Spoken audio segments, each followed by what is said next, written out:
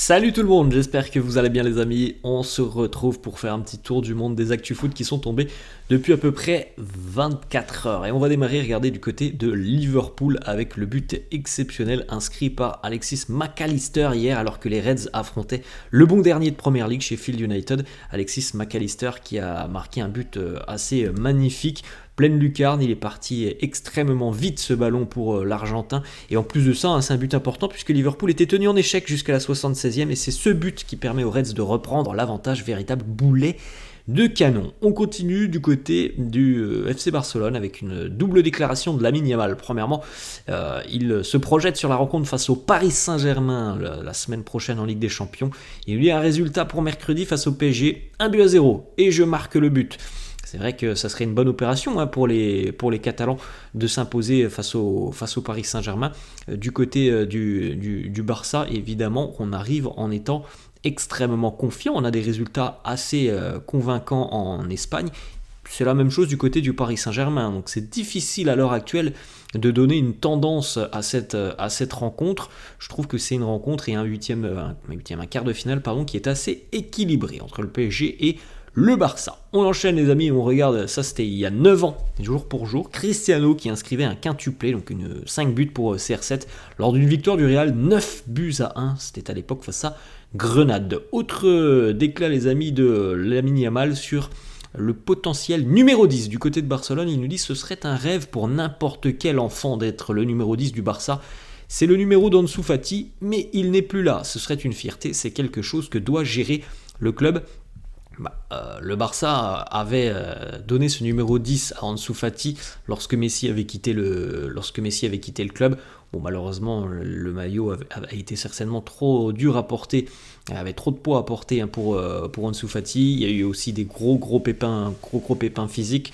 Donc je pense sincèrement que le numéro 10 devrait être donné à Lamine Yamal. On voit qu'il y a quand même un talent assez exceptionnel chez Lamine Yamal, et ça me semblerait quelque chose d'assez beau pour lui. Après, voilà, il ne faudrait pas que la même chose arrive entre Ansu Fati et Lamine Yamal. Je pense que le poids du maillot a beaucoup pesé sur les épaules d'Ansu Fati. Espérons que ça ne soit pas la même chose pour Lamine Yamal. On continue les amis avec Cole Palmer hier pour les Blues de Chelsea. Alors d'un match encore une fois assez dingue en Première Ligue, Cole Palmer a inscrit hier le but de la victoire le plus tardif de l'histoire de la Première Ligue.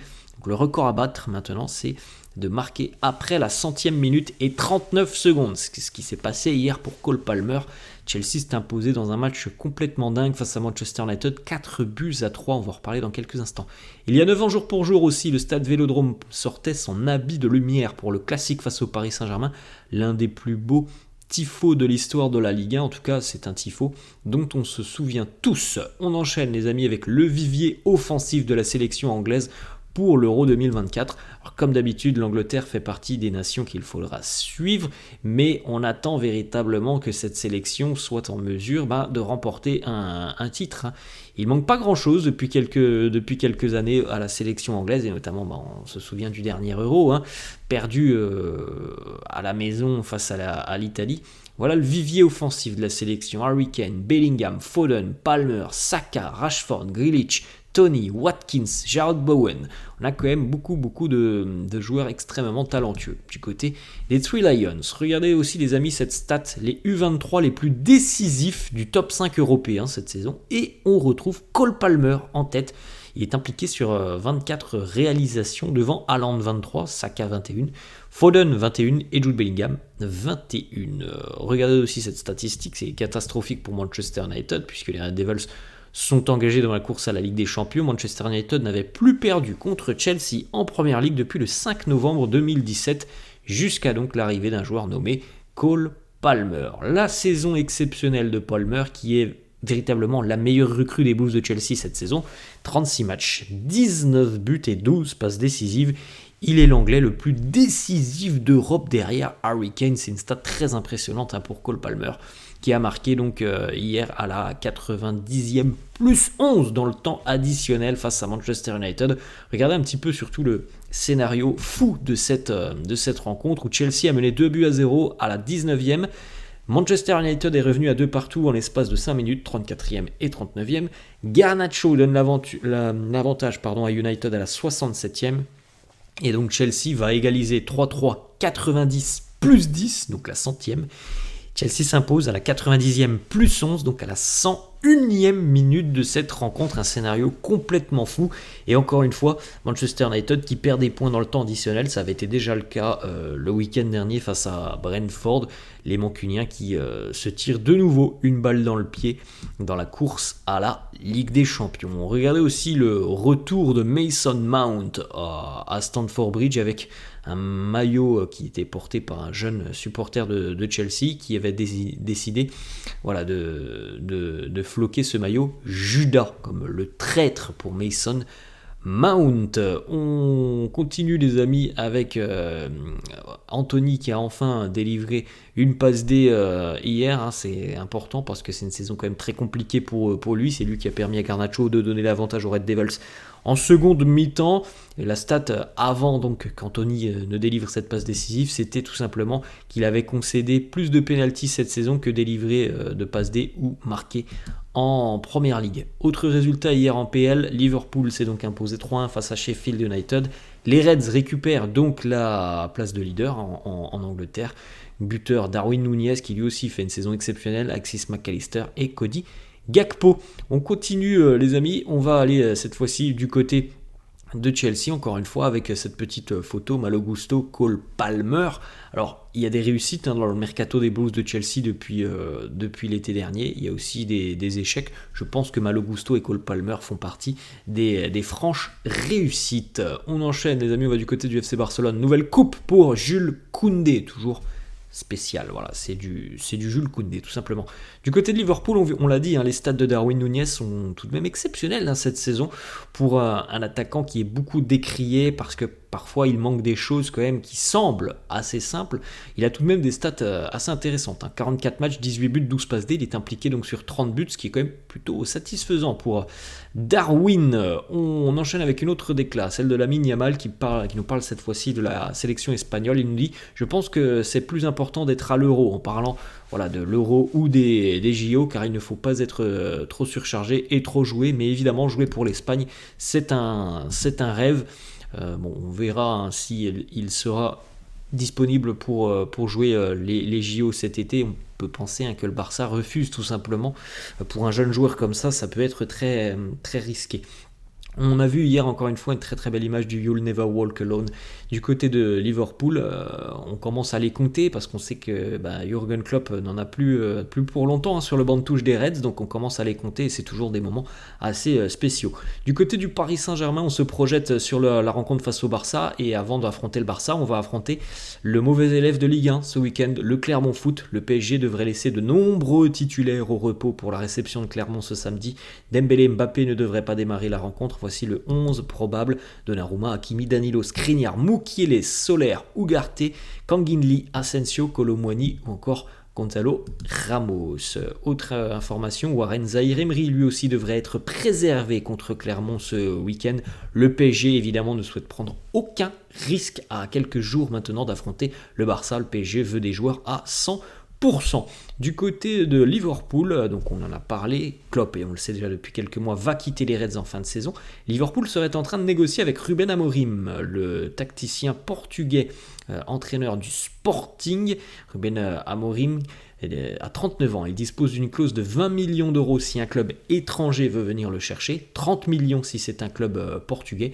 Il semble que ça soit le choix numéro 1 des dirigeants de Liverpool. On félicite aussi Vinicius du côté du Real qui vient d'être élu joueur du mois de mars. Bravo à Vini parce qu'il a été exceptionnel tout au long de ce mois de mars. Du côté de l'Olympique Lyonnais, Pierre Sage va pouvoir passer une formation accélérée, à peu près 2 mois, pour être diplômé du brevet d'entraîneur avant le début de la saison 2024-2025. À défaut d'avoir un entraîneur diplômé, l'OL est obligé de payer une amende de 25 000 euros par match. Alors on verra si Pierre Sage sera encore sur le banc de touche de l'OL l'année prochaine. En tout cas, franchement, je pense qu'à l'heure actuelle, il le mérite. Il a montré qu'il avait des qualités. Il a su remettre aussi ce groupe lyonnais dans les bons rails.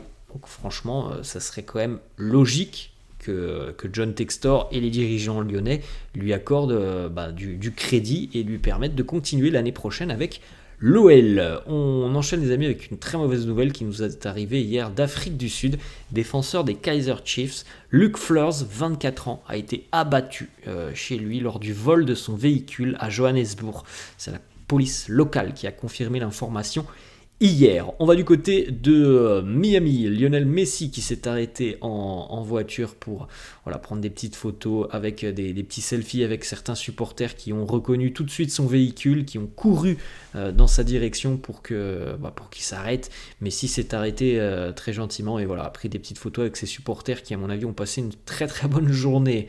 On continue les amis avec une petite déclaration de Joao Félix qui nous parle de l'un de ses coéquipiers en sélection, Bernardo Silva, un coéquipier qu'il aimerait bien aussi retrouver en club, puisque Joao Félix nous dit « J'espère que le Barça va signer Bernardo cet été. Il me demande toujours comment est Barcelone pour lui et sa famille. C'est un très bon gars et un super joueur. Il est évident que ce serait une recrue en or pour le Barça.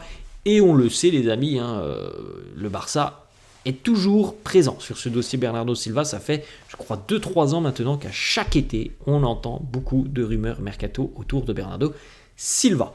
On va du côté de l'OM, une déclaration de Jean-Louis Gasset qui nous parle de Chancel Mbemba. Match très important ce soir en Ligue 1. Lille reçoit Marseille. Mbemba est forfait face à Lille. Jean-Louis Gasset nous donne des nouvelles. Il nous dit les nouvelles sont bonnes dans le sens où il n'y a rien de grave. Ce sera juste pour demain. Il va reprendre le footing ce week-end et je pense qu'il sera disponible pour affronter Benfica en Coupe d'Europe. Les maillots collector qui seront portés ce week-end par les joueurs de Ligue 1 et Ligue 2 seront mis aux enchères. Donc voilà, si certains sont intéressés, vous avez le lien de ce site où vous pouvez acheter donc des maillots qui seront portés. Une petite déclaration de Julien Stéphan sur Ousmane Dembélé. Il nous dit s'il avait une qualité de finition supérieure, Ousmane serait peut-être ballon d'or aujourd'hui. Oui, c'est peut-être une vérité. Malheureusement, Dembélé a des lacunes dans le dernier geste. Alors c'est un joueur qui, dans la préparation, dans la percussion et dans la créativité, va être capable de coups de génie. Maintenant, voilà, il a des défauts et je pense que les plus gros défauts de Dembélé sont cette inefficacité qu'il a devant le but.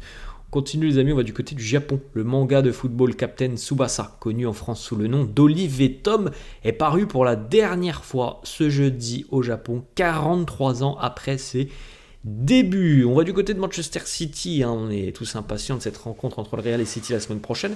Une stat assez incroyable sur Rodri, qui est invaincu, Rodri, sur ses 64 derniers matchs avec Manchester City. Il n'a jamais perdu, 64 derniers matchs, ce qui est quand même assez monstrueux comme statistique.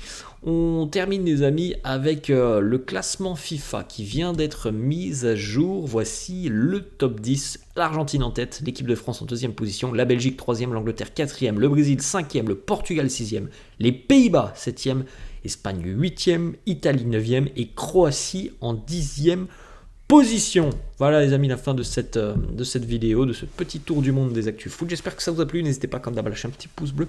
N'hésitez pas non plus à vous abonner à la chaîne. Je vous laisse et je vous dis à la prochaine. Ciao.